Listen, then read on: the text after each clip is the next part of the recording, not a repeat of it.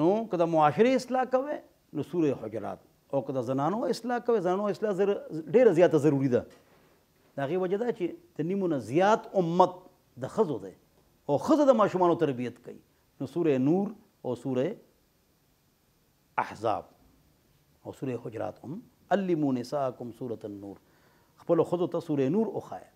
سوره نور، سوره احزاب او سوره حجرات خپلو بچو باندې، بیبیانو باندې په دې باندې سټډي کوي. بلکې څونه میل فیمیل ټیچرز دي دا کلاسز کې ووایه، کالج کې، یونیورسټۍ کې، چې بھئی ټولو باندې لازم دي چې سوره نور، سوره احزاب او سوره حجرات هغه وګوري، هغه سټډي کړي او په هغې باندې عمل وکړي. دا وایه میل فیمیل ټیچرز د هغې ذمه داري ده که نه چې دا تربیت کوي که نه د وړو. اصل شی خو تربیت ده که نه جي، چې کې د ایټیکیټس اخلاق پیدا کړي. او اخلاق او ایټیکیټس دا فزکس، کیمسټري، اکنامکس، لاګرتم، میتھس کې نشته، سوشالوجي، جیالوجي کې.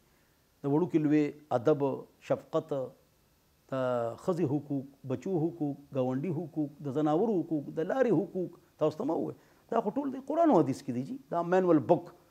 نو په دې به انشاءالله عمل کوو او هر یو کس داعي جوړ شي او ذاکر چې چلتے پھرتے اٹھتے بیٹھتے لیٹے لیٹے مستورات گھر کا کام کرتے کرتے اللہ کا ذکر کریں.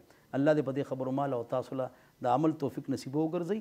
واخر دعوانا ان الحمد لله رب العالمین وصلی الله علی النبی.